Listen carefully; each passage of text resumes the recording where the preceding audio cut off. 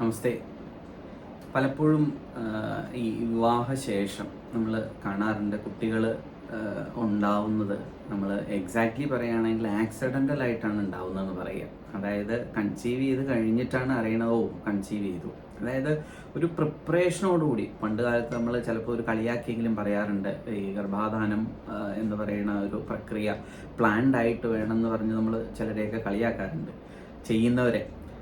പക്ഷേ ഇതിൻ്റെ ശാസ്ത്രീയത എന്താണെന്ന് അറിയാതെയാണ് ഇപ്പോൾ പലപ്പോഴും കുട്ടികൾ ഉണ്ടാവുന്നതെന്ന് വേണമെങ്കിൽ പറയാം. അതായത് ഞാൻ ഈ പറഞ്ഞ വാക്ക് തന്നെയാണ്, ആക്സിഡൻ്റലായിട്ടാണ് കുട്ടി ഉണ്ടാവുന്നത്, അല്ലാതെ ഒരു പ്രിപ്പയർഡ് ആയിട്ടല്ല. കാരണം ആയുർവേദം പറയുന്നത് നമ്മൾ ഇന്ന് കഴിക്കുന്ന ആഹാരമാണ് 4-ാമത്തെ ദിവസം നമ്മുടെ മനസ്സായിട്ട് മാറുക, അല്ലെങ്കിൽ നമ്മുടെ ബിഹേവിയർ ആയിട്ട് മാറുക എന്ന് പറയും. അതുപോലെ തന്നെ ഇന്ന് കഴിക്കുന്ന ആഹാരമാണ് 41-ാമത്തെ ദിവസം നമ്മുടെ സെമനായിട്ട് മാറുക. ഇല്ലെങ്കിൽ ഇന്ന് എൻ്റെ സെമൻ ക്വാളിറ്റി നിശ്ചയിക്കുന്നത് 41 ദിവസം മുന്നേ കഴിച്ച എൻ്റെ ആഹാരത്തിൽ നിന്നാണ്. അതായത് അന്നമയ കോശം, അതാണ് നമ്മുടെ ജീവിത അടിസ്ഥാനം എന്ന് പറയുന്നത്. അന്നമാണ് നമ്മുടെ ബാക്കിയുള്ള ലെവലിലേക്കൊക്കെ നമ്മളെ എത്തിക്കുന്നത്. അപ്പോൾ ഈ ആഹാരത്തിന് ഇത്രയും പ്രാധാന്യം കൊടുത്തുകൊണ്ട് പോകുന്ന ഒരു ശാസ്ത്രം എന്നുള്ള നിലയ്ക്ക് ആയുർവേദം പറയുന്നത്, ഈ ഒരു കുട്ടി വേണമെന്ന് ആഗ്രഹിക്കുന്നതിന് 41 ദിവസം മുന്നേ തന്നെ നമ്മൾ നമ്മുടെ ആഹാരത്തിൽ ശ്രദ്ധിക്കണം എന്ന് പറയും. എത്ര പുരുഷന്മാർക്ക് ഇത് അറിയാമെന്നറിയില്ല.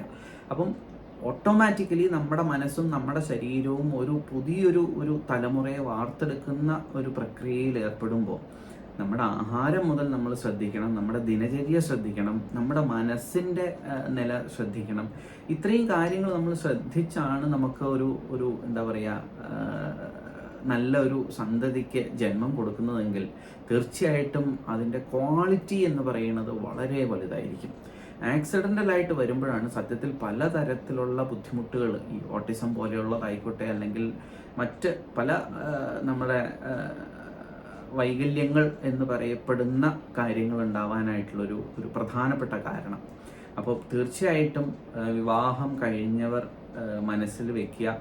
എനിക്ക് തോന്നുന്നു 2013 ആണെന്ന് തോന്നുന്നു ഞാൻ ഒരു പുസ്തകം എഴുതിയിട്ടുണ്ട്, സുപ്രജ എന്നുള്ള പേരിൽ. അതായത് നല്ല സന്തതിയെ അല്ലെങ്കിൽ നല്ല തലമുറയെ എങ്ങനെ വാർത്തെടുക്കാം. അതിൽ നമ്മുടെ ഗർഭാധാനം, പുംസവനം, സീമന്തം എന്നീ ചര്യകൾ, ഭാരതീയ സംസ്കാരങ്ങൾ, അതിൻ്റെ പ്രാധാന്യം എന്താണെന്നുള്ളത്. ഇനി അതൊന്നും ചെയ്തില്ലെങ്കിൽ പോലും അറ്റ്ലീസ്റ്റ് ഒരു കുട്ടി വേണമെന്ന് ആഗ്രഹിക്കുമ്പോൾ എന്തൊക്കെ ചെയ്യണം, ഇത് ഒരു ഡോക്ടറുടെയോ അല്ലെങ്കിൽ ഇതുമായിട്ട് ബന്ധപ്പെട്ടിട്ടുള്ള അഡ്വൈസ് കൊടുക്കുന്നവരുടെയോ ഒരു ഉപദേശത്തോടു കൂടിയാണ് ചെയ്യുന്നതെങ്കിൽ നമുക്ക് നല്ല തലമുറയെ വാർത്തെടുക്കാനായിട്ട് സാധിക്കുന്നതാണ്. നമസ്തേ.